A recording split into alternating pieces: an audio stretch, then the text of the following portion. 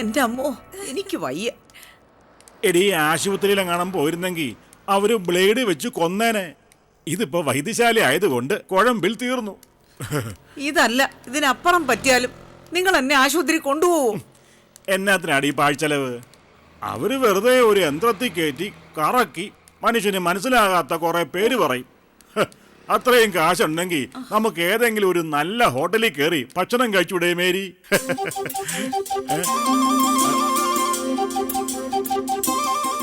വിശക്കുന്നു ഞാൻ പറഞ്ഞതല്ലേ, നിങ്ങൾ കേട്ട ഭാവം നടിച്ചോ?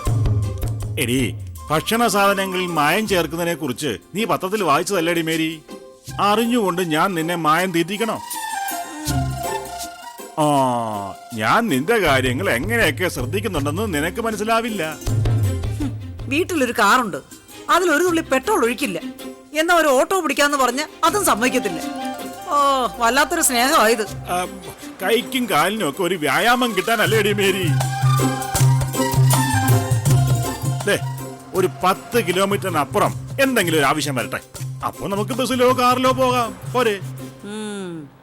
ചട്ടയും മുണ്ടുവിട്ട് എന്നെ കണ്ട മാലാഖയെ പോലെ ഉണ്ടെന്ന് നിങ്ങൾ നിത്യേനെ പറഞ്ഞപ്പം ഞാനങ്ങ് വിശ്വസിച്ചു. പിന്നല്ലേ മനസ്സിലായത് അത് ചെലവ് കുറയ്ക്കാനാണെന്ന്.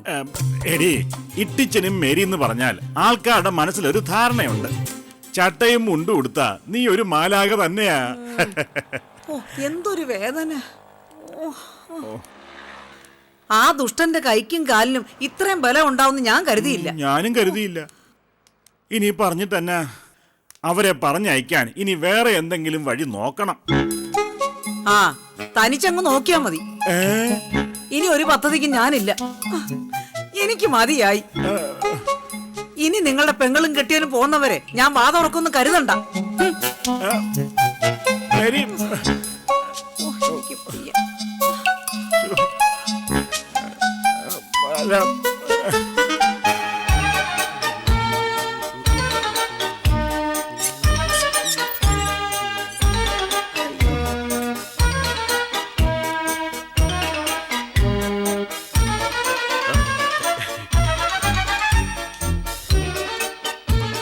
ഇട്ടിച്ചാ, എനിക്ക് എന്റെ മുടി തിരിച്ചു കിട്ടി.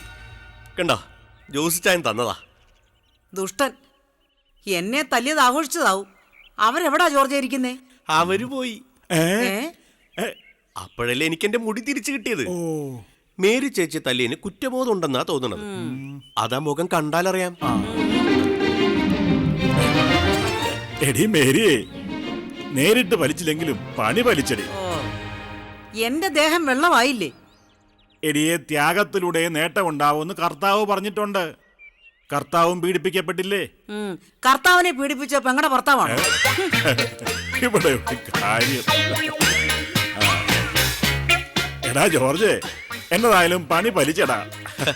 അതുകൊണ്ട് രക്ഷപ്പെട്ടത് ഞാനും കൂടിയാ. എന്റെ ഇട്ടിച്ച ഈ മുടിയൊന്നെടുത്ത് തലയിലേക്ക് വെച്ചപ്പോഴാണ് എനിക്കൊന്ന് സമാധാനമായത്.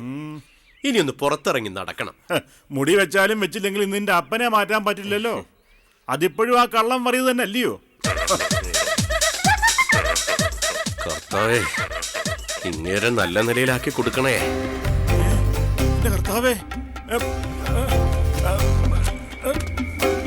മേരിയെ, മേരി, മേരിയെ, മേരി, ഈ അലമാരയിൽ നിന്ന് കാശെടുത്തോ. നിങ്ങൾക്ക് മതിയായില്ലേ?